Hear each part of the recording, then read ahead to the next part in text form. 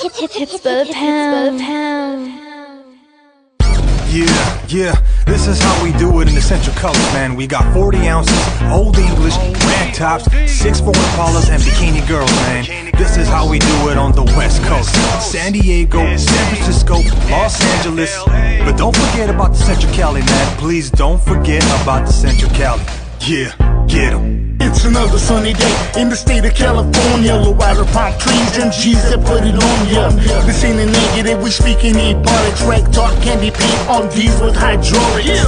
Baseball hat with the sticker on the brim. Don't let the sun blind your sight, cause things can get grim. But I'm not here to talk about banana clips and guns. We're going back to Cali and we're gonna have some fun. A West Coast domination. And welcome back to Two-Face Entertainment Podcast. I am your host, Fred Segura, out here in Monterey County, also known to the world as the Salad Bowl, also known as the Salinas Valley. To the people in LA, we are north. To the people in San Francisco, we are south.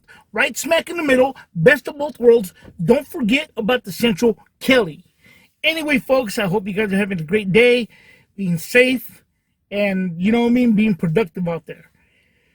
With that being said, guys, the topic I want to bring in today, and a disclaimer before we get into anything any further, this is not a prison channel, okay? The unfortunate thing is there's sometimes that things happen, and we just bring it to you, give you our opinion here at Two-Face Entertainment, right? And there's other podcasters as well bringing their point of view. Right, respect to everybody. With that being said, okay. Now, the topic for this here is Chito Ranas, Sacramento, upstate rapper, right? Just got out of prison. He unfortunately, I guess he's on the run again. From the police. I don't know what the situation may have been, so on and so forth. We're not here to, bash the man for anything. It's just unfortunate when, someone being so young gets into that lifestyle. And I think that a lot of the youth today is inspired by a lot of the stuff that goes on. It looks cool. Sounds great, thug life or whatever it may be nowadays, right? But it sounds great, and it seems like, oh, everybody's down for you, everybody's, this and this and that, right? At the end of the day, and again, and I keep saying this, I've stated that on this channel before, when you are caught behind the walls of incarceration, you are there by yourself. You are doing the time by yourself. People that are free are not I'm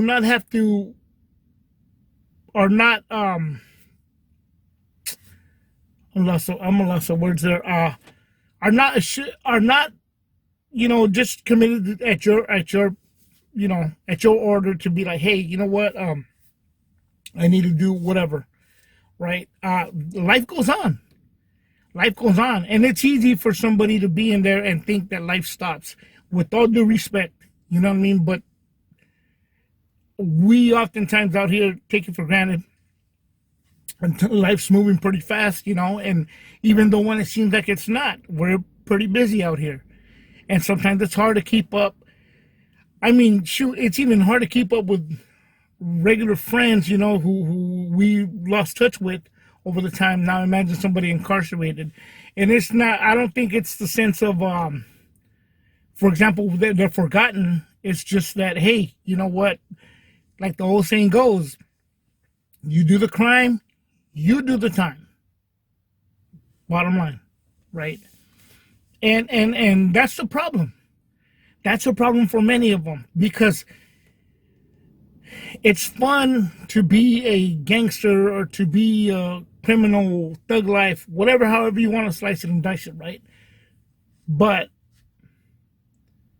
when it gets real, like in the old Dave Chappelle, when keeping it real goes wrong, you tend to find out it's not as fun. It's a serious situation to where this guy doesn't even want to go back. you know, and who does for that matter, right? But what I'm saying is, be safe, man. Do not put yourself in those kind of predicaments. And here's the problem. People say, oh, well, you know, peer pressure and everything. And we say that lightly now. It's just kind of like whatever. With all the technology and everything going on, we tend to forget a lot of things, a lot of morals that we older folks grew up by, right? So the thing is, again, to me, the equivalent is of when you turn, I'll say for the sake of the channel, when you turn 21, right, and you start to drink and you're able to buy alcohol and stuff like that, right, over the counter, and you are, you know, drinking with friends and a bunch of friends at a house party, whatever it may be, right?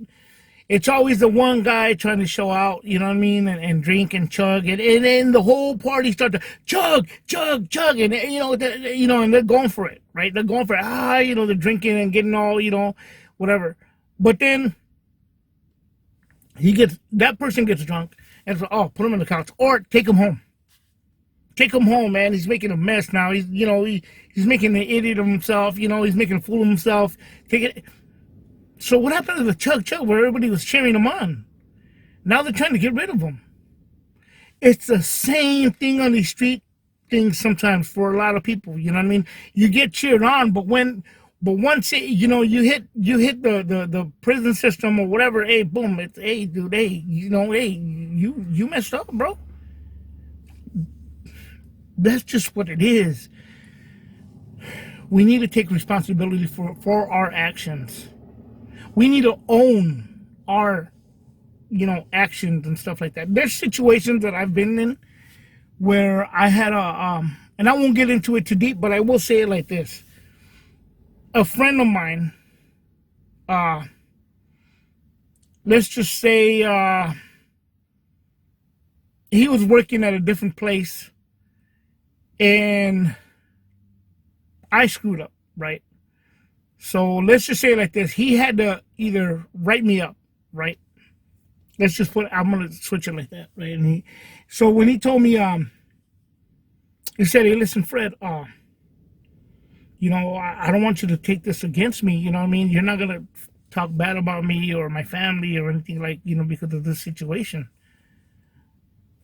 The one thing I told him was, hey, you know what, bro? I messed up. I messed this up, bro. This is not your fault. You're doing your job. I messed up. That's just a fact. And that's a lot of things that a lot of people today do not take into consideration, do not own it. Right? And again, like I heard another podcaster say, hey, you know what about your family when they needed you? You know, you're thinking for yourself. You're not thinking about other people. You know what I mean? You're the rest of your family. Right? Life does not stop, man. And a lot of these youngsters today move with the times and try to move fast, try to get into it, and exposing themselves on social media. But I mean, come on, man. What do you expect is going to happen? You're going to get caught up quick. That's just a fact. That's just a fact, guys. There's no ifs, ands, or buts about it. You know what I mean? The thing about it to me is take care of yourself. Don't put yourself in those kind of predicaments.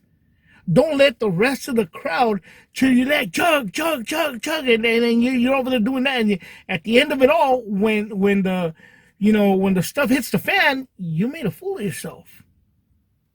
Right? I mean, come on. Like, no, there's you know, and then, you know, they have this image of themselves, you know, tattooing their face, tattoos all over the place. You end up in a real situation, and then you tend to find out, hey, man, I'm not about this life. Well, you know what? Again, the old saying goes, you're going to end up in two places, prison or the graveyard. Hey, it's not just a figure of speech here, guys. It's a reality. And these youngsters are finding out the hard way. And be it that he's lucky that he's around, and God forbid anything happens to him. You know, I mean, at the end of the day, or to anybody for that matter. But it's a reality. It's not a game. You know, it's cool again, like I spoke on before with Money Sign Suede. It's cool when you're in the studio saying all this stuff, but when it gets real, it's a whole different ballgame. It's not cool, man. It's not cool, guys.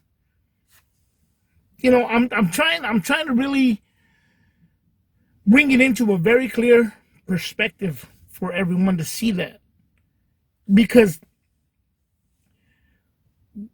it's cool. Like I said again, it's cool when you're around friends and stuff like that. But when it hits the fan, excuse me, when it hits the fan and you end up behind the walls, incarcerated, and you're facing years in prison, whatever amount of years, man. I mean, seriously, I don't care if it's only 6 months.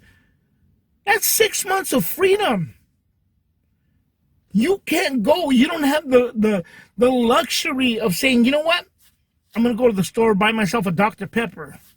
I'm going to go to McDonald's for that matter. You do not have that freedom. It's a serious situation that we sometimes out here, we take for granted, and we feel like, oh, yeah. It's not cool. It's not cool at all, guys. At all. I mean, you know what, man? I wish Chito Ranas the best. To be honest with you guys, I mean, I think he's overwhelmed. He's not cut out for this lifestyle. It's pretty evident. He has a lot of depression, a lot of PTSD, and a lot of inside bitterness that he needs to work on. And it's unfortunate that I saw another podcast where his homies are right there, and he's just sitting there, you know, putting his hand over his head, like, you know, he's all like, man, you know, he's sitting there, and they're talking away, ignoring the situation that's going on with him. That's one thing, too, that I've always said. I've had close associates that ended up getting killed over some stuff, because maybe it was a group of a couple of people, and they didn't help each other out. You know what I mean? The guy ends up doing too much drugs or whatever, but nobody within the circle said, hey, bro, you need to slow it down, dog. And I don't care if that person gets mad. You know what I mean? You're going to be a real friend and say, hey, bro, you need to stop. And I don't care how harsh it got to be. You know, you got to tell them if you're their friend. You know, but then, you know, they say, oh, well, you know, so-and-so killed him and this and that. No, bro, you just as much to blame for that, because you should have stopped him when you saw him doing too much. You as well, within the circle, are to blame for that. And nobody put a trigger to that person's head to do what he was doing, but as you as a friend, that's your responsibility to take care of your homeboy or homegirl, whichever way it may be. To be like, hey, check this out, bro. Or to see, like, hey, check it out, bro, you're doing too much. Don't, like, no. You know. That's just the bottom line, guys. It's sad, it's upsetting.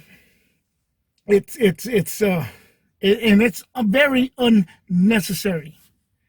You know, a lot of the older folks, maybe they just touched down into the county jail and said, hey, you know what, this isn't for me, bro. A lot of people today are pushing that issue to try to get somewhere, and then they find out once they're in the big house, in the prison system, they come to find out, like, hey, man, you know, I'm not about this. Well, you got tattoos all over your face. You're portraying an image on social media and on YouTube and wherever, and, you know, Rumble or whatever it may be, right? You're portraying an image now. No, bro, it gets real. It gets real. And you find out very fast. You find out very fast if you know what I mean, that you are not cut out for this. You are not cut from that cloth. Therefore, guys, I'm going to end that right there. I hope you guys take that into consideration. Soak it in. Watch this video again. I don't care. Show it to your friends. I don't care if you need to. I hope you take that advice. This is coming from me, Fred Segura at Two-Face Entertainment, right? Onto a brighter subject, guys. I've also released, we're going into something else now, guys, before I end this podcast. I also released an album called The Grindhouse, which is my alias in the rap world. You can find me on Twitter and on IG and so forth, right? The Grindhouse, THA Grindhouse. I released an album called California Landmark. Available on all digital platforms throughout the World Wide Web, right? One of the songs on there is a song you hear at the intro of these podcasts, which is myself, right? The intro is with my nephew Eddie, which also has an album coming on June 15th called Eddie Vega, The Man in Black, right? That's June 15th of 2023. But anyhow, right now, and we'll get to that one, but for now, this is available now on all digital platforms. The Grindhouse, California Landmark, on Two-Face Entertainment / Ghetto Ballin' Entertainment. Go and check it out, guys. If you like it, hey, you don't want, please, man, hey, by all means, purchase it, whatever you want to do, right? Share it, whatever. If you don't like it, it's not for you. Hey, with that being said, guys, there'll be an ad at the end of this. With that being said, guys, this is Two-Face Entertainment Podcast. I'm your host, Fred Segura, signing out.